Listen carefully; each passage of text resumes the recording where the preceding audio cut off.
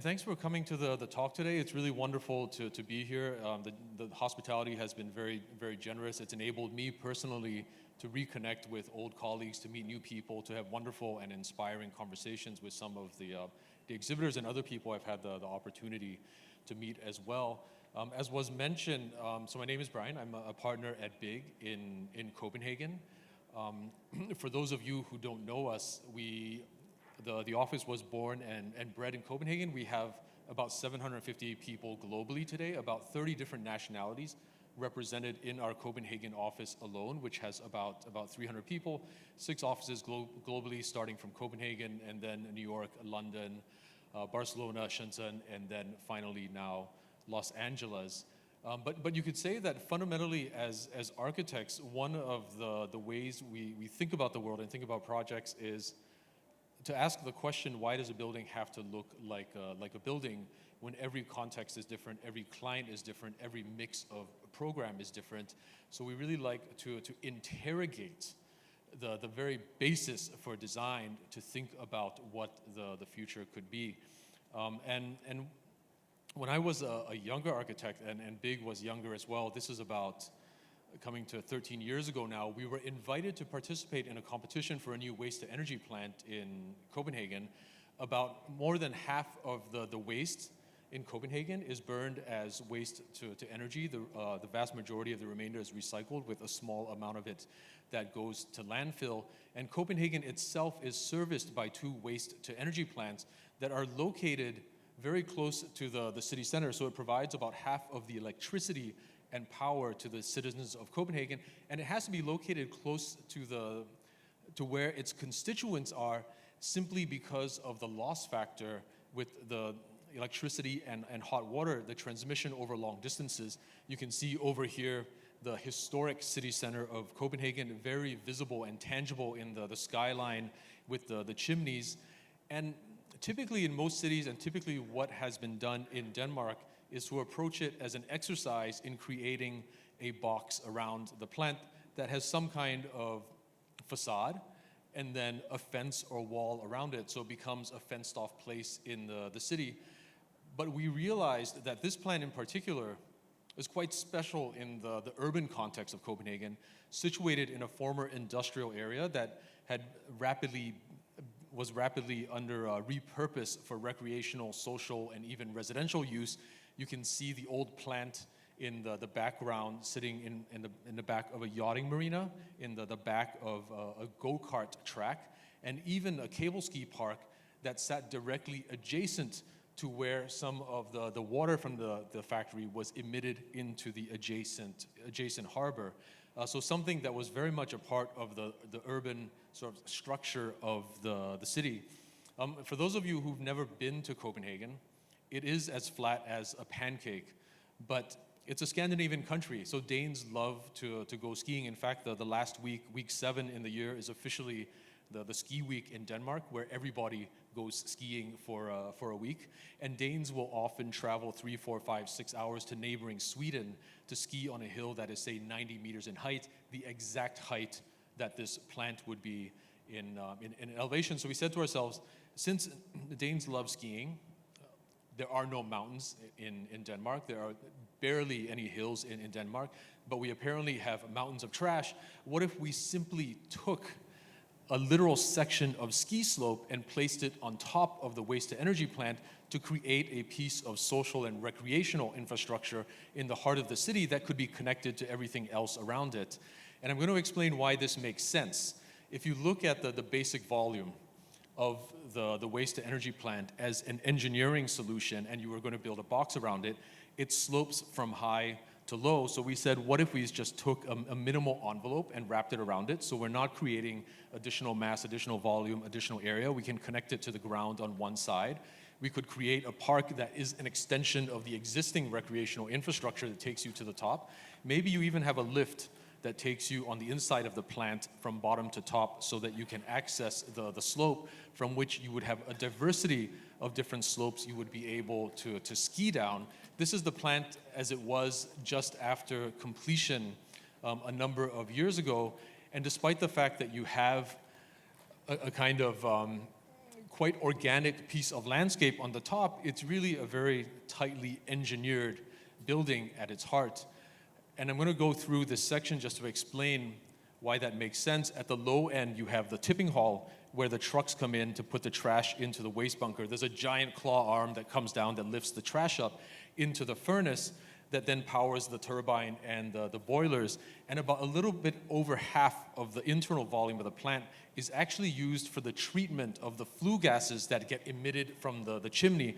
But there's a certain linear length and volume that is required for all of the piping, which ends up at about here. So simply taking the top and connecting it to the bottom allows us again to create a very minimal kind of envelope for the activities that have to happen in the plant inside. This is a look from about halfway up the plant, where you can see that the majority of it is actually about the kind of engineering of the inside. On the roof surface, we were working with an Italian manufacturer, Nevaplast, who had an artificial ski surface, a kind of brush-like material with the same friction coefficient as snow. But because it's a brush, grass actually grows up in the spring and summer months. We've integrated actual hiking trails that you take up, so a very organic piece of landscape with indigenous species of flora that basically populate the slopes. So you literally are skiing in a piece of mountain. And because it's a brush-like material, when it snows, it also holds the snow on the slope, so it becomes a quite literal piece of alpine slope in the middle of the city. It's not just a waste-to-energy plant and a ski slope. We've also integrated offices, administrative facilities on the one end, at the very top viewpoints where tourists come and have views outside to the city. And then on the tall end, the world's tallest outdoor climbing wall is integrated into the facade. So this is literally the backdrop of the yachting marina that sits directly adjacent to it. And it's very emblematic of an idea that we've been working with for a long time as architects, this idea of hedonistic sustainability, that you can make a more sustainable city that is also more enjoyable for the citizens of the city. It doesn't require you necessarily to give things up, but when we think about how all of the opposing forces, the constraints that we work with as architects can come together, we can actually create something unseen, new, and wonderful, and that is very fundamentally one of our obligations as architects, to think about how the forces that constrain society can be given form to. And the Danish word for design is formgivning, which quite literally means form giving, or this idea that the act of design is to give form to something that doesn't yet exist in the world. And that is one of our fundamental beliefs, that our superpower as architects is our ability not only to fantasize about, but to also manifest a future that is unseen today, but could be wonderful for our children to inhabit in the future. And I use the waste-to-energy plant as an example of that. Because last week, or a couple of weeks ago, I was skiing last week, as was everyone else in Denmark. I gave a tour of the plant to a political delegation from the United States, where trash is frequently landfilled as the solution, but where it's increasingly an issue environmentally, but also politically, and they've been looking for different types of solutions. And when they came and saw this project in Copenhagen, their minds were essentially blown that you could do something like this. And that's part of the power of architecture in the world, that when you create something new and unseen, suddenly it becomes the baseline from which everyone else understands reality, and that also facilitates a different type of action in the world. And sometimes the future is also informed by the past. This is the neighborhood where I live in Copenhagen. It's a series of old row houses that were built about 140 years ago as workers' housing. 140 years ago in Copenhagen, these were not single-family homes as they are today, but they were one family per floor. And a family 140 years ago was not 2 adults and 1 or 2 kids, but it was 2 adults, 6 kids, some cousins, the grandparents maybe living with them. So you might have something like 20 or 30 people living in one of these houses. And that meant that because the private spaces were so small, life was really lived out on the streets. And that's a culture that has persisted until today in the neighborhood many times during the year. This is a photograph taken about a year and a half ago in the warmer months. All of the neighbors come out, they bring their own tables, their own chairs, their own food, and everyone sits and eats communally and enjoys each other's presence in the street. So there's a tremendous sense of collective and social ownership over the streetscape, despite the fact that, you know, it is a street that normally cars drive down, but people have no qualms about taking it over, stopping the traffic, and occupying that space. So in 2007, when we were invited to look at high-density housing in an area outside in Copenhagen, we thought about, why don't we take this quality of life that is so cherished in Denmark and extend that into a high-density format? What if you could have a high-density apartment block that was actually formed by a series of row houses connected to streets that became an intertwined three-dimensional village of spaces, so that even if you live on the 8th or 9th floor, you're still connected to an outdoor garden space, still connected to a public realm that takes you from top to the bottom. And that was the basis for this project that we call the 8 House. It has the figure 8 because it has on multiple sides a path that circulates. It takes you all the way around from top to bottom. A lot of Danes bicycle to work and to school, so it has the exact slope that is comfortable to take a bike on, and that essentially becomes the catalyst from which the entire architectural form emerges in the project. And the really remarkable thing about that is that a number of years ago, when all of us were in the midst of pandemic, these are some pictures from the community's Facebook page. It meant that people living in high-density housing suddenly were able to take their tables, their chairs out into the public space directly outside of your apartment on the 9th floor, and to sit communally and to eat together, despite the fact that you weren't able to really be together, so to somehow be together and yet apart. So it became a real kind of focal point for the resilience of the entire community that inhabits the 8 House. And a number of years ago, we took this idea of privileging the public realm as the centerpiece of the life of the district or the neighborhood, and extended it to a project we did with a developer in Aarhus, the second largest city in Denmark. We did a competition with them in order to acquire a piece of land, a decommissioned pier in the center of the city, since port operations had been moved outside of the city center. And the city had this idea that you should create a linear park that extends from the city center all the way to the end of the pier. And we said, but instead of doing that, why don't we think about what is necessary to activate the public life on this pier so that it's successful? What if we begin to weave together land and water in a series of different amenities for the future residents of this pier, creating sports parks,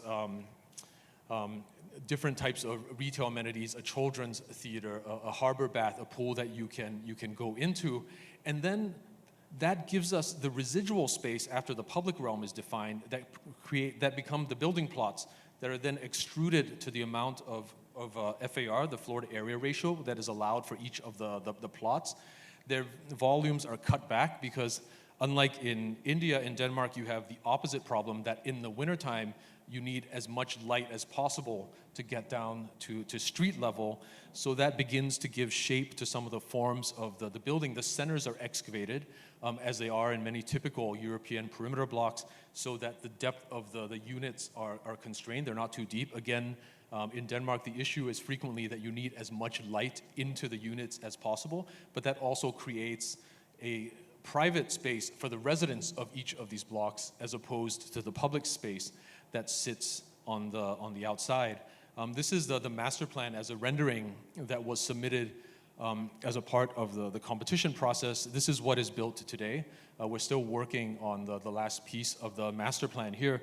But when you begin to zoom in to the different buildings, what you realize is that what is at the foreground is not necessarily the architectural form, but it's all of the little human scaled, all of the little intimate experiences that you have as part of the public life, that it's really about the life that happens between the buildings and not necessarily the buildings themselves. This is a picture of the children's theater, one of the spaces between the buildings where you see these little almost like summer huts that you can own or rent that open out into the harbor front, so that when it's a warm day, you can jump into the harbor directly from one of these little bathhouses.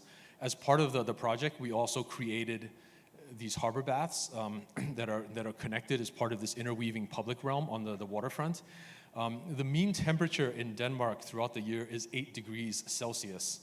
So this is a 20-degree day in Denmark, where I can appreciate there's probably a very different appreciation of that temperature, where people are half naked and sitting out in the front of the harbor.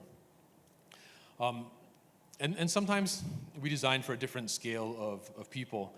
In 2012, 2011, we were invited to participate in a competition for Lego. Lego comes from a small town called Billund in the center of Jutland, which is western Denmark. And it's a very, very small town that they essentially built as a kind of company town. They had acquired the property for the city hall in the city center. The city hall had moved outside of the city, and they really wanted to give back to the city and think about what they could do there, not as a money-making exercise, but an exercise in understanding the true nature of the power of the Lego brick. And as most architects, we are kind of obsessed with Lego. This is a picture from the office before we had started this project, with all of the Lego pieces that have been sitting around on shelves at workstations. Quite literally, in our office space at the time, the signage was also made of Lego. So we had a lot to work with when we were thinking about what to do.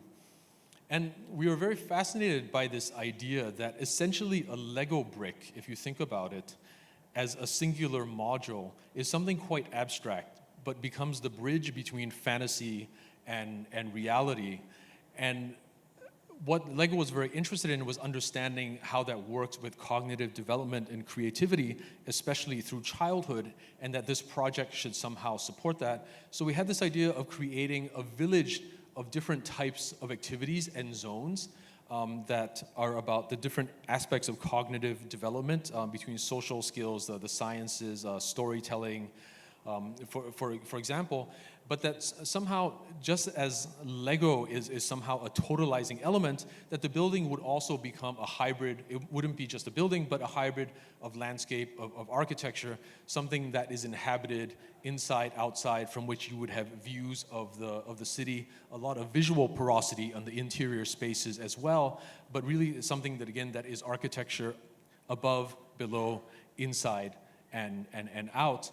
So the idea is to have a series of 21 different boxes, almost like Lego bricks, they're intersecting, that are built just as you would build out of Lego, that creates a series of completely accessible terraces, accessible to the public, free of charge, connects to a larger master plan of a sculpture park and public realm in the city center of Billund. Again, you have views over the surrounding the surrounding city. I think this image gives you a good perspective of just how small a town Billund is in Denmark. And then on the bottom, you have this area called Lego Square that is also completely free for the public and has different types of amenities. Of course, a shaded, covered space, cafes, other sorts of event spaces. This is a picture of my daughter at the time when the building first opened. And as architects is really, I think, something we deeply feel, the kind of emotional response we want everyone to have when they enter into one of our buildings. But then when you're inside the spaces at the top, starting at the very top, which they call the Masterpiece Gallery, where Lego artists who have perfected their craft are invited to display their creations, you have a series of radically different spaces that you experience as you navigate through all of the interiors, as you understand how all of the volumes intersect differently and connect different types of worlds within them. So just like the humble Lego brick allows you to create an infinite amount of creations, the intersection of these 21 boxes also gives you an almost limitless amount of different types of spaces that you experience. And what we found as architects is that you don't always have to do something big and spectacular to make a difference, as evidenced by the humble Lego brick. We also, a number of years ago, did a project in the forests of neighboring Sweden for a very, very special hotel that is a singular room nested in the forest, which is created by a series of individual birdhouses that sit around, so a complete sphere of birdhouses and natures, so that when you stay in this hotel, when you wake up in the morning, when you go to sleep at night, you are surrounded by the sound of the fauna in the forest, and you have all of the light and the views of surrounding nature as well. So something that is quite incredible. And in Norway, a number of years ago, we also did a project for an art museum for a client that owned a sculpture park, a free sculpture park for the community, but he had slowly over time acquired different pieces of land. And the assignment was to actually extend the original museum that sat at the center of the park, but we said, all of your pieces of land are disconnected. Instead of extending the existing museum, why don't we do something that solves your challenge instead, which is that you want to create a holistic and meaningful journey and master plan throughout the sculpture park. So we suggested that the building could be a bridge instead between both sides of the river. We started with the pure volume that it would take in order to contain the amount of area necessary and the art pieces. And the building twists, and it does a few things with that. One is it navigates the difference in height between the high side and the low side. It also creates a large expansive sculpture gallery on one side and a series of stacked more intimate galleries for prints and paintings on the other side that function more as black boxes. And then you have this skylight that travels horizontally and then becomes vertical and more minimal above these other galleries. So this is a picture of the building as it is today. You can see the original museum, and you can practically read the ability to then traverse the entirety of the sculpture park as a singular gesture and experience. And the building, so the building functions as one of the sculptural elements in an entire landscape of sculpture. It's also infrastructure. It is gallery. It is a museum. So it does a lot of things at once by thinking quite simply about what the problem is we're actually trying to solve beyond the brief for the project. And the building is quite expressive in nature.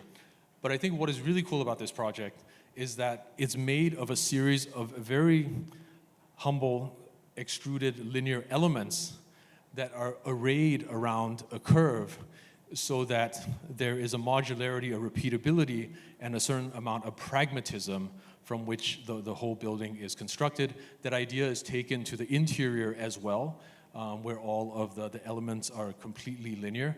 You can see the gentle slope from one side to the other, from low to high. This is before it was populated with the artwork. But the end result is quite spectacular, and I think something we're quite interested in, this idea that you can create out of something ordinary something quite extraordinary.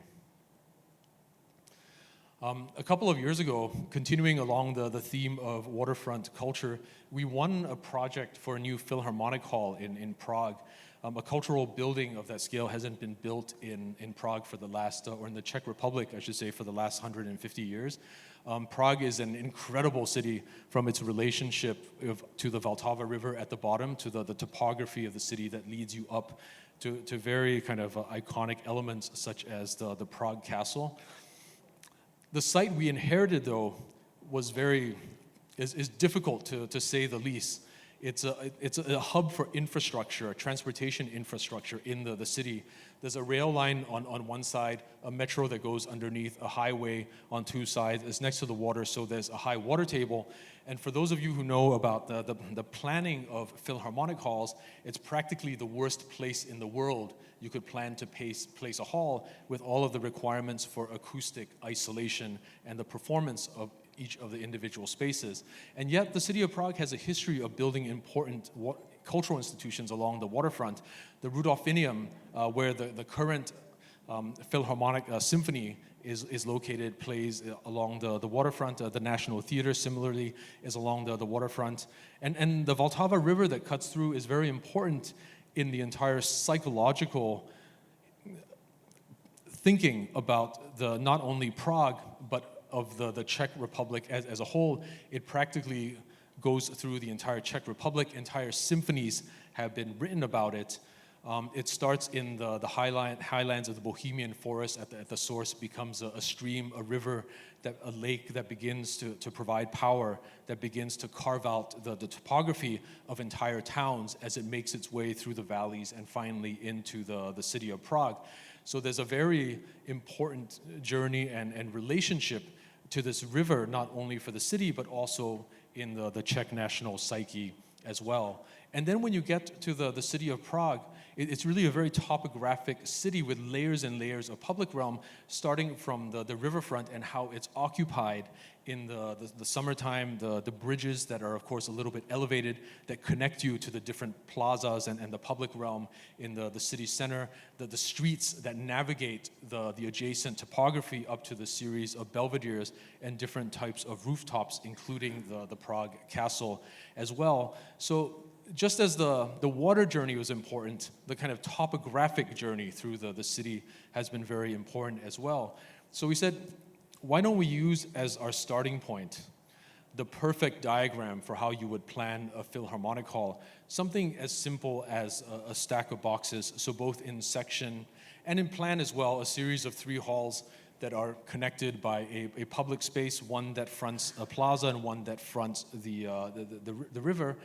And then what if we just simply take this form, connect it to the river at the bottom, connect it to the roof at the top, and then begin to think about how the building can also reach out to the city in plan.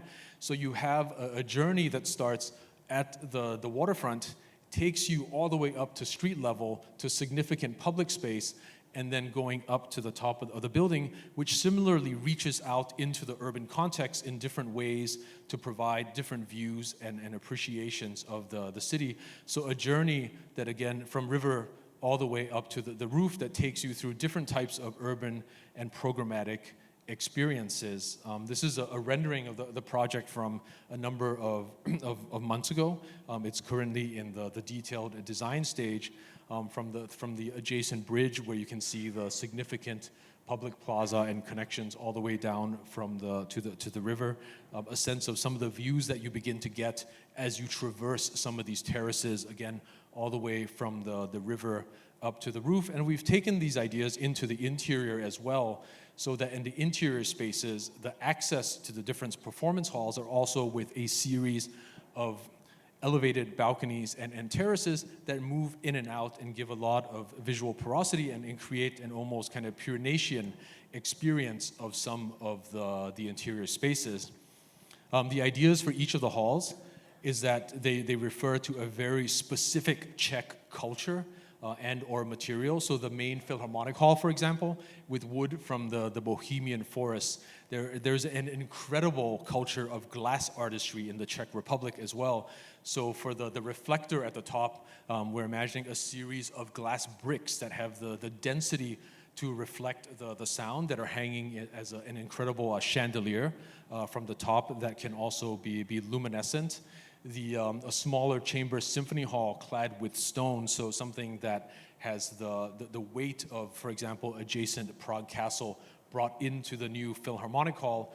And then a multi-purpose hall that has a more contemporary interpretation that is much more urban and industrial, fitting to the surrounding environment. The neighborhood that the Philharmonic is placed in has a very, very industrial and raw history to it.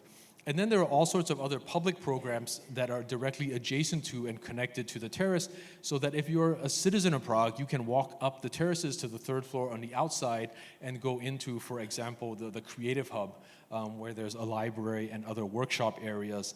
There are different types of performance and rehearsal spaces that are meant for school groups. Again, important for us that there's a lot of inside, outside visual connectivity.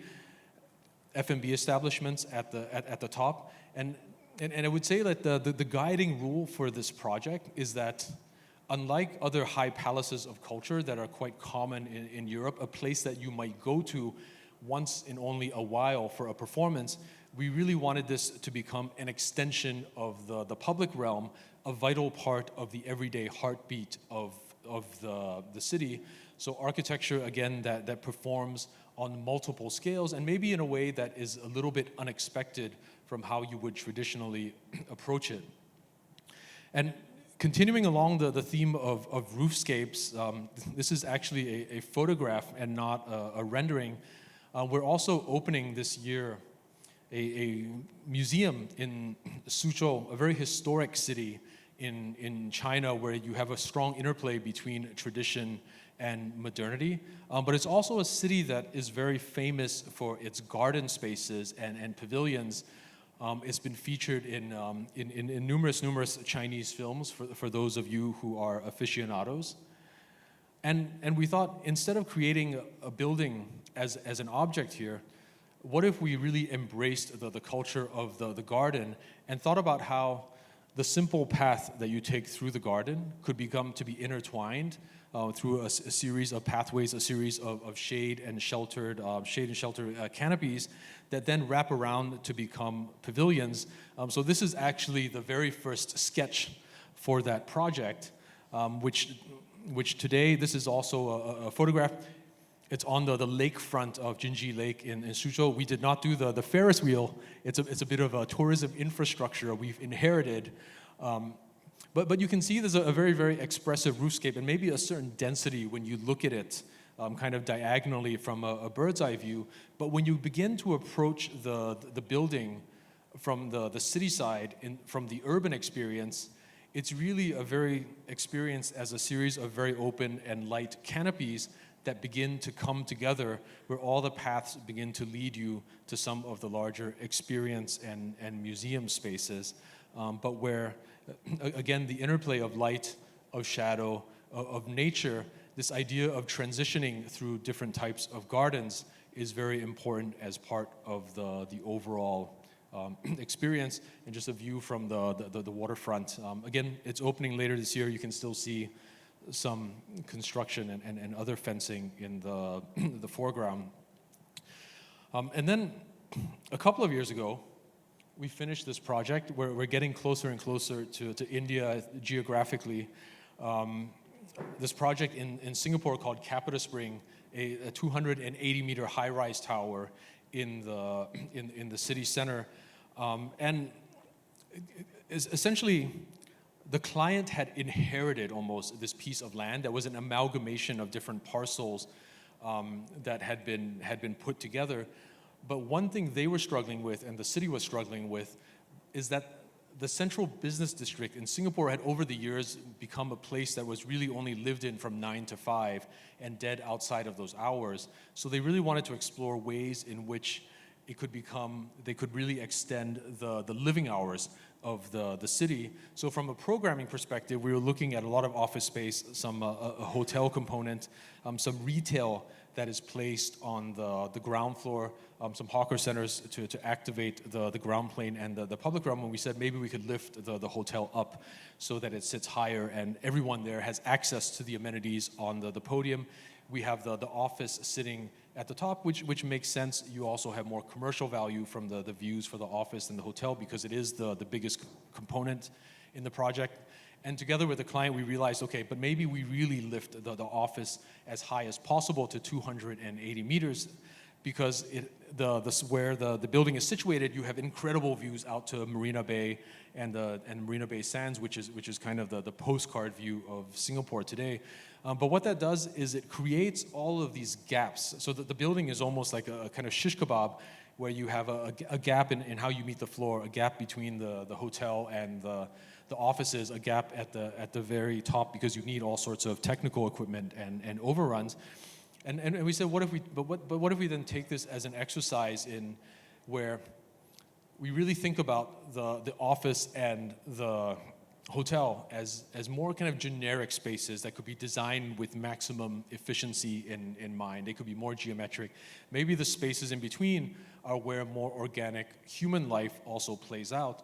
So we had this idea of taking a classic modernist pinstripe facade, putting it from top to bottom, and then simply pulling it open where you have the social and green spaces of the project, not only as a signal of programming, but also an invitation to the surrounding community to come into and to engage with the building. This is a couple of years ago after it opened. At the very beginning, some of the plants are a little bit small, and they've been growing in.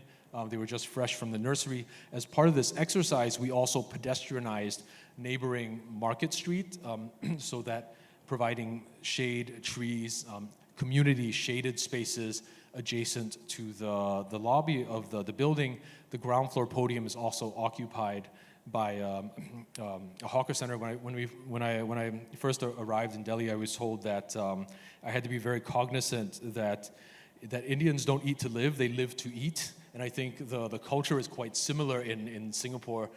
So the kind of public street food component is a very important part of the project for us. And then when you get to the top of the podium, the building begins to open up so that if you're staying in the hotel, you have access to the various different types of amenities. And despite the fact that the building has quite a strict geometry from top to bottom, on the inside in the hotel, you have a 10-floor atrium that extends all the way around the core, so quite a dramatic experience of the space. You traverse a bridge to get to each of the rooms that also offers views out into the surrounding CBD. And then the space between the hotel and the office is 30 meters high, which is the exact height of a section of tropical rainforest.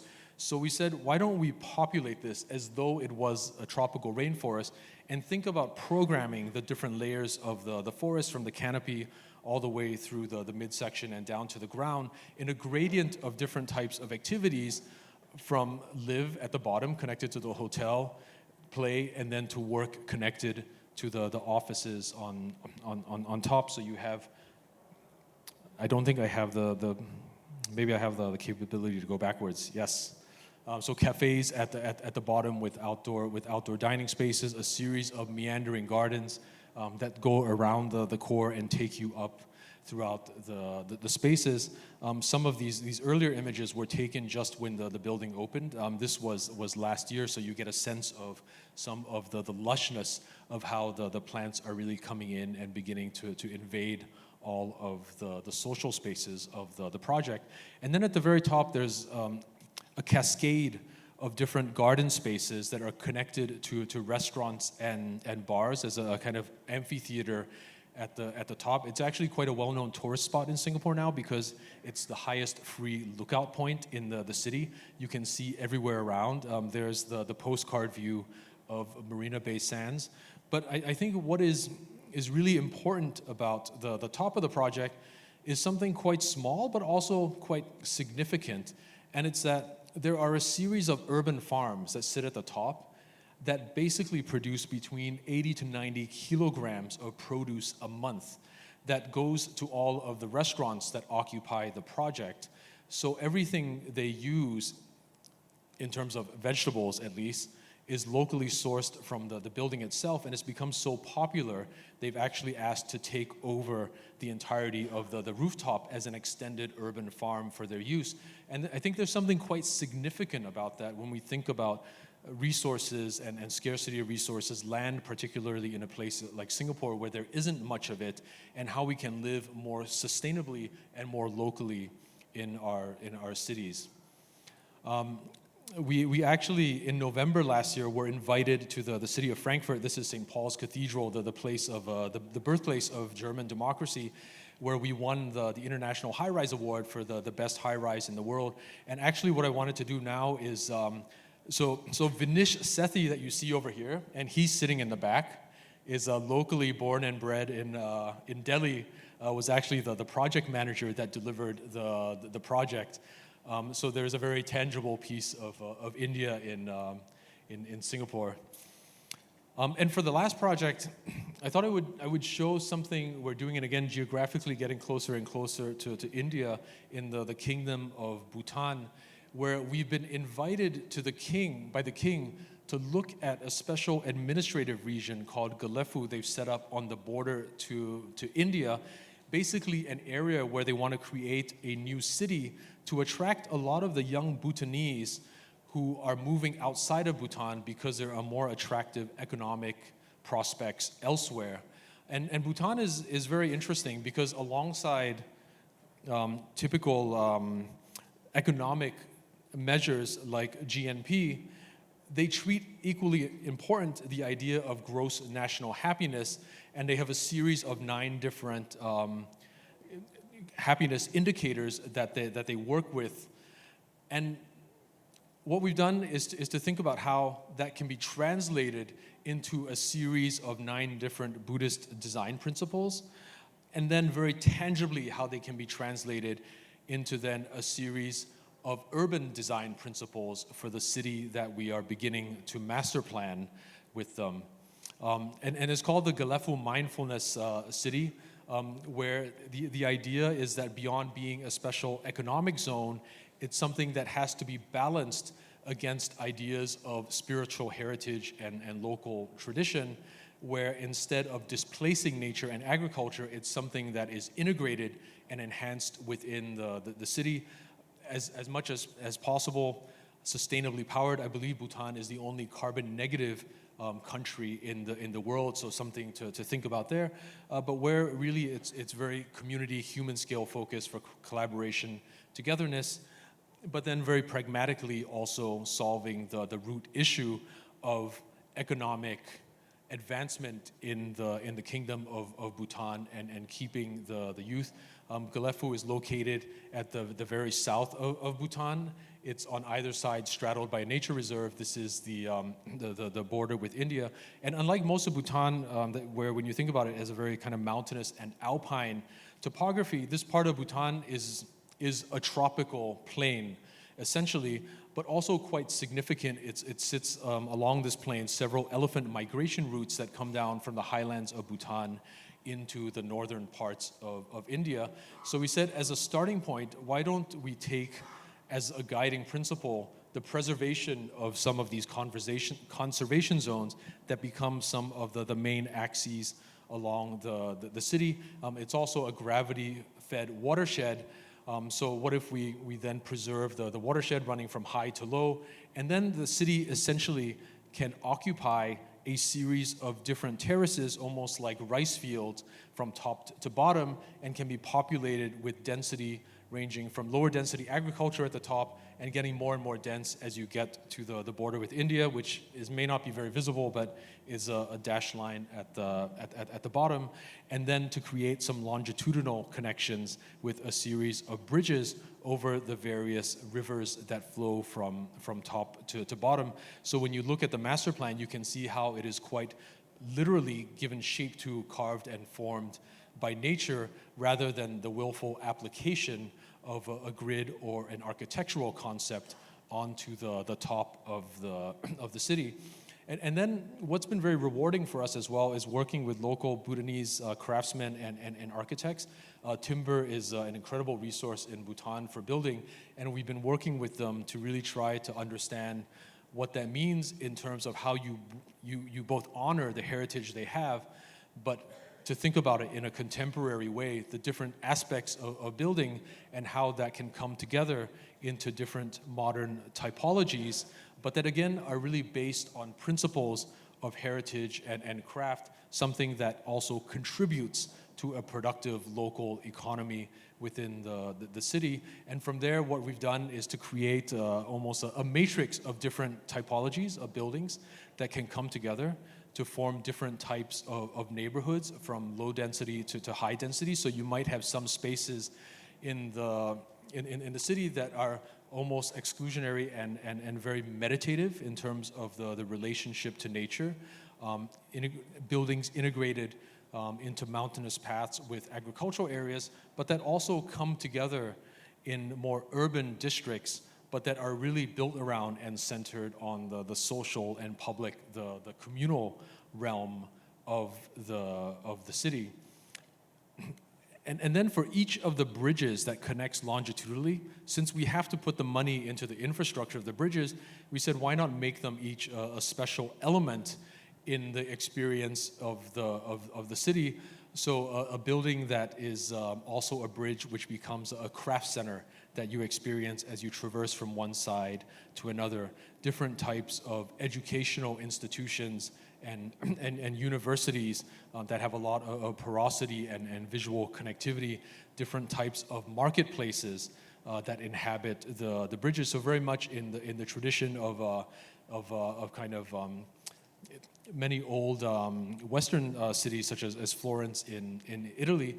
And then for the airport as well, which is the first experience when you come to the Kingdom of Bhutan, an exercise also in timber construction and the expression of local craft tradition and identity.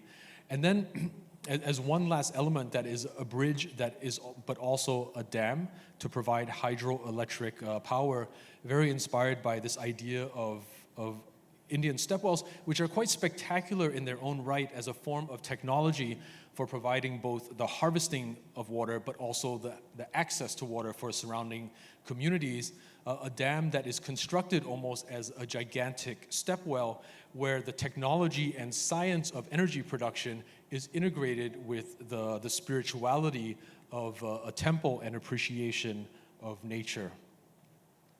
I'm going to leave it here, but I do have to say I'm incredibly honored to have been invited to this talk and conversation with you, and I hope I've been able to contribute some good inspiration for how, as architects, again, we think about the built environment and what it means in terms of our power and ability, again, to give form to the future.